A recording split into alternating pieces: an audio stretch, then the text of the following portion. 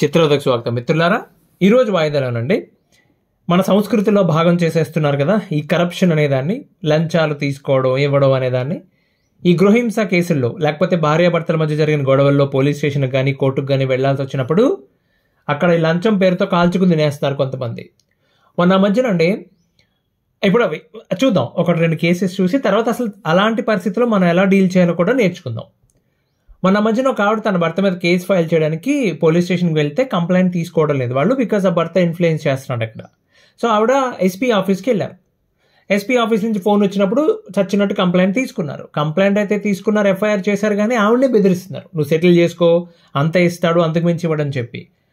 So విషయం ఏంటని కనుక్కుంటే భర్త దగ్గర సదరు ఇన్వెస్టిగేషన్ ఆఫీసర్ 20,000 రూపాయలు లంచం తీసుకున్నాడు తెలిసింది.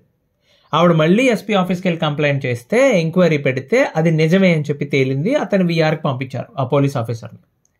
ఇంకో కేసులో 498A ఆర్బిఎన్ఎస్ 85లో ఒక భార్య తన భర్త పైన, తన భర్త కుటుంబ సభ్యుల పైన కూడా కేసు ఫైల్ చేస్తే దాంట్లో ప్రాబ్లం అయింది ఏంటంటే ఆ మరిది గారికి, అంటే భర్త తమ్ముడు, తన గవర్నమెంట్ ఉద్యోగం ప్రయత్నం చేస్తున్నాడు అనమాట.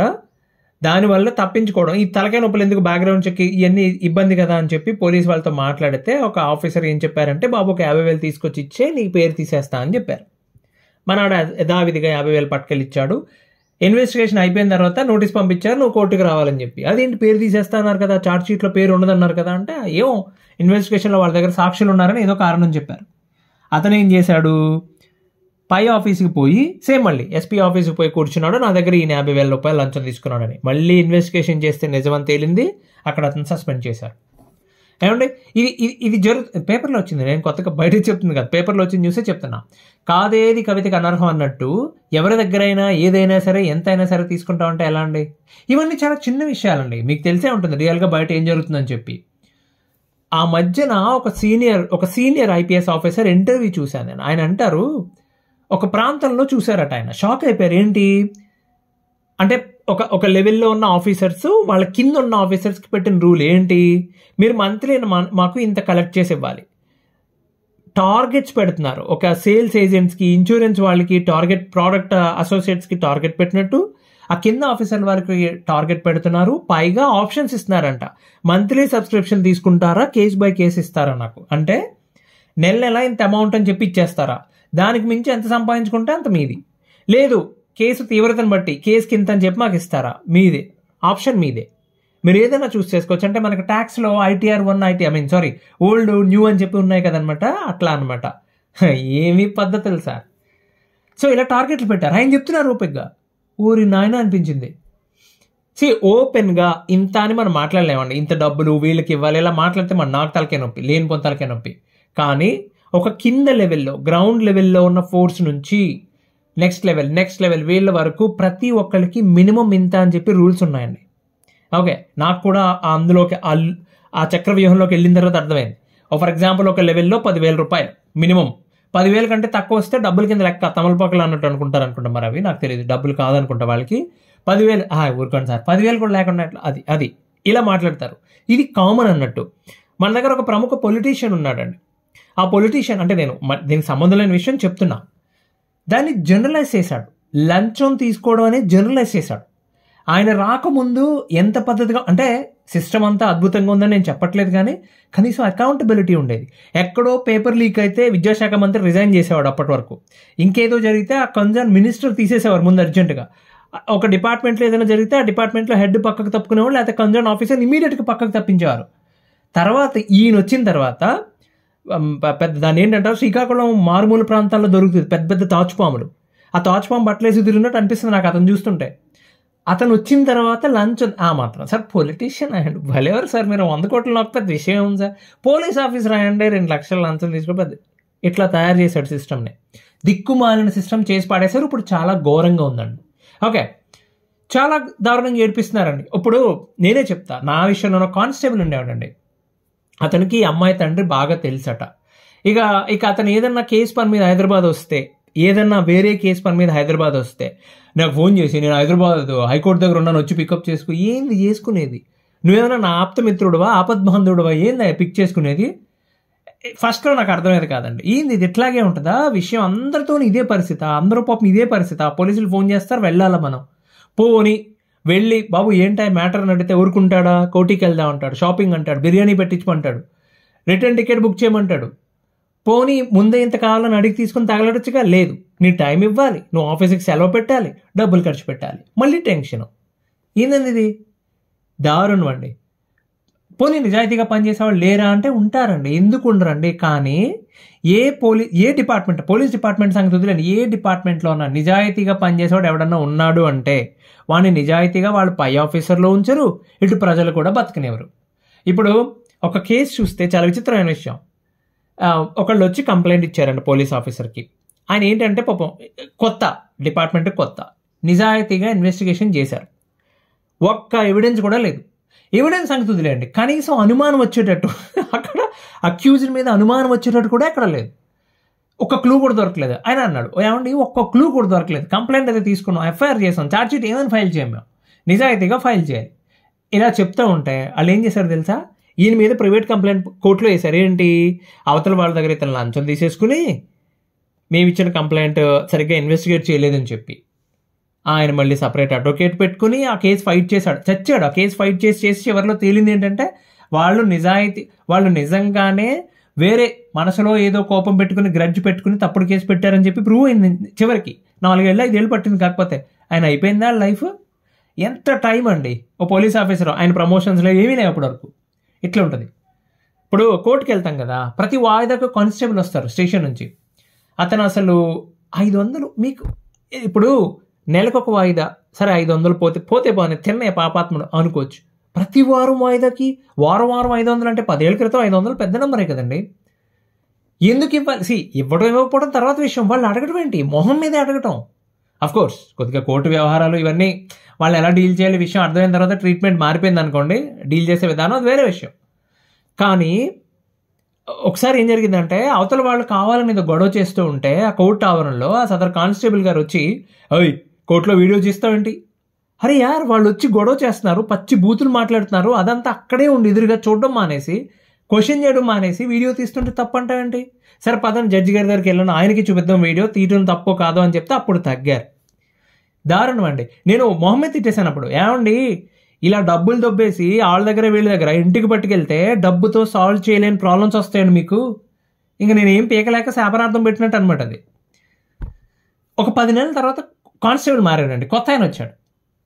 ఆయన ఎప్పుడు కూడా ఆ కానిస్టేబుల్ ఎవరైతే కొత్త ఆయన వచ్చాడో ఎప్పుడు కూడా డబ్బులు కావాలని డైరెక్ట్గా కానీ ఇండైరెక్ట్గా కానీ ఎప్పుడూ అడగలేదండి. ఒక్కసారి మాత్రం వాళ్ళ ఫ్యామిలీ వాళ్ళు ఎవరో తత్కాల్కి ట్రైన్ టికెట్ కావాలని అడిగారు. అదే టైం కదా, అప్పుడు ఐఆర్సిటీసీ ఇంత సింపుల్గా ఉండేది కాదు, కొంచెం కాంప్లికేటెడ్గా ఉండేది, ఇంటర్నెట్ కొంచెం అందరికీ కూడా ఫాస్ట్గా అయ్యేది కాదు. సో ఆయన లిటరల్లీ నన్ను హెల్ప్ చేయమని అడిగాడు, టికెట్ బుక్ చేయమని అడిగాడు. నాకు అక్కడ అర్థం కాల, టికెట్ బుక్ చేస్తే డబ్బులు ఇస్తాడా ఇవ్వడైనా అని చెప్పి. కానీ ఏం చేస్తాం, సరే టికెట్ నేను ఆయన దగ్గర డీటెయిల్స్ తీసుకున్నాను, తత్కాల్లో టికెట్ బుక్ చేశాను. అక్కడే కోర్టు అవర్లోనే పిలుస్తున్నారు, నా టర్న్ కోసం వెయిట్ చేస్తూ ఉండగా చేశా. అంతా అయిపోయిన తర్వాత ఆయన చాలా సింపుల్గా డబ్బులు తీసి ఇచ్చాడు, ఎంత అయిందని చెప్పి.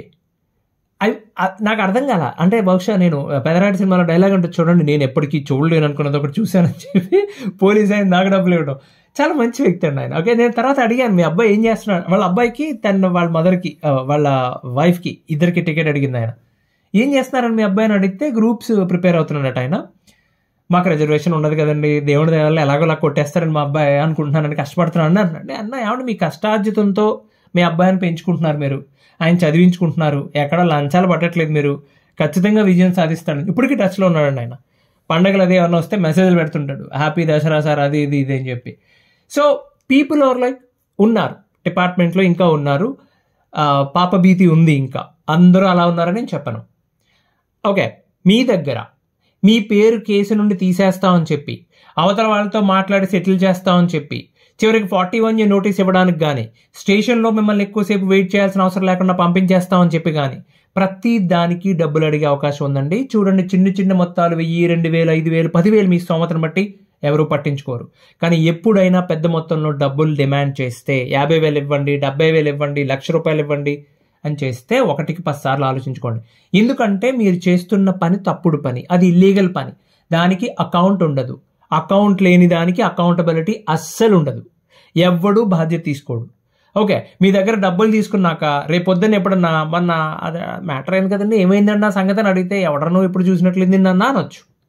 మెజారిటీ కేసెస్లో మీరు ఏ పని కోసం అయితే డబ్బులు ఇస్తారో ఆ పని అవ్వకపోగా మీ డబ్బులు కూడా పోతాయి. ఏమండి, కాబట్టి 1-10 సార్లు ఆలోచించుకోండి. ఇలాంటి వ్యవహారాల్లో అండి డబ్బుల గురించి కనుక ఎవరన్నా హింసిస్తూ ఉంటే, మిమ్మల్ని బాధ పెడుతూ ఉంటే, భయపెడుతూ ఉంటే మీరు చేయాల్సిన ముఖ్యమైన పనులు, ముందు అస్సలు బెదరకండి. ఏమండి, అస్సలు మీరు బెదిరినట్టు కానీ భయపడినట్టు కానీ అవతల వాళ్ళకి తెలియకూడదు. ఓకే, మీరు మహా అయితే ఏమంటారండి, సార్ ఏం చేస్తాను సార్, టైం బాగాలేదు అని అపవాదం మీద పడింది, ఇంత డబ్బులు నేను ఇవ్వలేను సార్, నేను ఖచ్చితంగా ఇవ్వలేను, పోన్లే సార్ ప్రొసీజర్ ఎలా ఉంటే అలాగే చేద్దాం, ఇంకా దేవుడే దిక్కు ఆయన చూసుకుంటాడులే అనండి. వాళ్ళకి ఒక క్లారిటీ వచ్చేస్తుంది, అమ్మో వీళ్ళు చాలా క్లియర్గా ఉన్నారు, డబ్బులు ఖర్చు పెట్టే ఉద్దేశం లేదు వీళ్ళకి, ఎలా జరిగితే అలా జరిగినవని ఇంకా దాని మీద ఇంట్రెస్ట్ కూడా చూపించరు వాళ్ళు, ప్రొసీజర్ ఎలా ఉంటే అలా చేసుకుపోతారు. ఓకే, అలాగే అండి ఒకవేళ ఎప్పుడైనా మీరు కార్నర్ అయిపోయి మిమ్మల్ని కార్నర్ చేసి ఇవ్వాల్సిన పరిస్థితి వస్తే గనక డిజిటల్ పేమెంట్ మాత్రమే చేయండి. వాళ్ళ అకౌంట్ ఎలాగో ఇవ్వరు, కానీ ఎవరో ఒకరిది బినామీ నెంబర్ అని ఇస్తారుగా, పర్లేదు, అది చాలు. చాలా ఈజీ అండి. మనీ ట్రైల్ని ఎక్కడి నుంచి ఎక్కడికి వెళ్ళి ట్రేస్ చేయడం ఇవాళ రేపు చాలా ఈజీ. ఒక్కసారి ట్రాన్సాక్షన్ అయిపోయిన తర్వాత మీ చేతులకు వచ్చేస్తుంది కంట్రోల్, ఏం పర్లేదు చేయండి.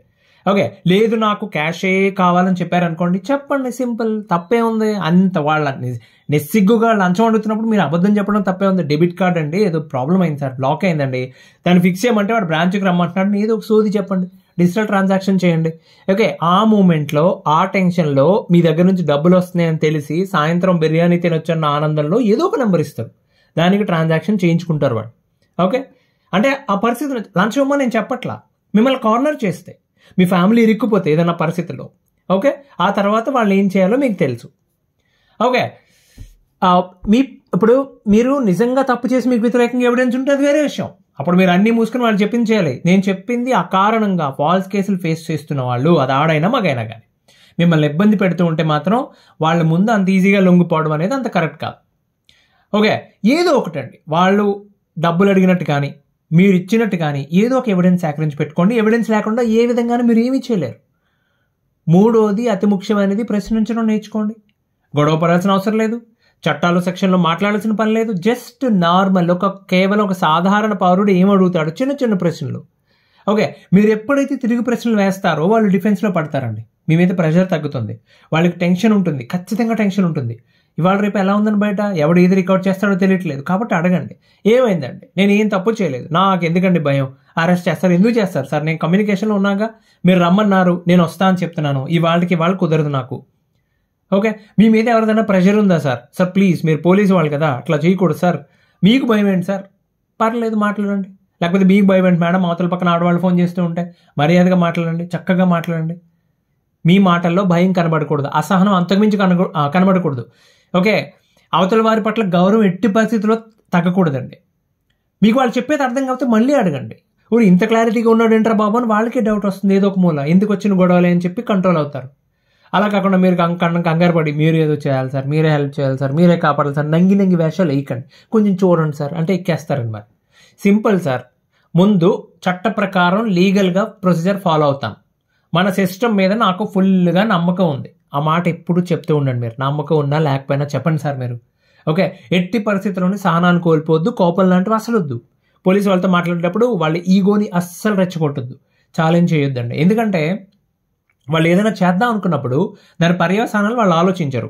ఎందుకు ఆలోచించరు అంటే అక్కడ ఏమీ జరగదు. మీరు ఎంతో పోరాటం చేసి పోలీసు వారు తప్పు చేశారు అని చెప్తే లాస్ట్లో పోలీసు వాళ్ళు అండి ఇలా చేయొచ్చండి, ఇంకెప్పుడు చేయకండి అంటారు, సింపుల్గా ఏమీ జరగదు అక్కడ. ఓకే, సో ఎంతవరకు వీలుంటే అంతవరకు ఎవిడెన్స్ కలెక్ట్ చేసి పెట్టుకోండి. ఎందుకంటే వాళ్ళు పై ఆఫీసర్లకు వెళ్ళాలన్నా, పై ఆఫీసర్ దగ్గరికి వెళ్ళాలన్నా, రేపు మీరు కోర్టుకి వెళ్ళాలన్నా, ఎక్కడికి వెళ్ళాలన్నా పలానా వాళ్ళు లంచం అడిగారనో లేకపోతే నేను ఇచ్చానో మీ దగ్గర ఏదో ఒక ఎవిడెన్స్ ఉండాలి, లేకపోతే ఎప్పుడు ఏది కన్సిడర్ చేయడు. కాబట్టి వీలైనంత వరకు డబ్బులు పోగొట్టుకోకండి. ఓకే, సో అడుగుతూ ఉంటారు, రకరకాలు అడుగుతూ ఉంటారు. మీరు ఐటీ ఎంప్లాయీ అని తెలిస్తే ఇంకా అడుగుతారు, ఎన్ఆర్ఐ అని తెలిస్తే ఇంకా అడుగుతారు, మరీ దారుణంగా అడుగుతారు, డబ్బులు అలా డిమాండ్ చేస్తారు. అది ఒకళ్ళ తప్పు కాదండి, సిస్టమ్ అని చెప్పాను కదా, సిస్టమ్ మొత్తంలోకి ఇంజెక్ట్ చేసి పాడేశారు దాని నుంచి బయటపడటం ఎలాగో మనకి తెలియదు, కేవలం మనం సేఫ్గా ఉండాలి అంతే. ఇంకో వాయిదాలో ఇంకో మంచి విషయంతో కలుద్దాం, అంతవరకు సెలవు, ధన్యవాదాలు.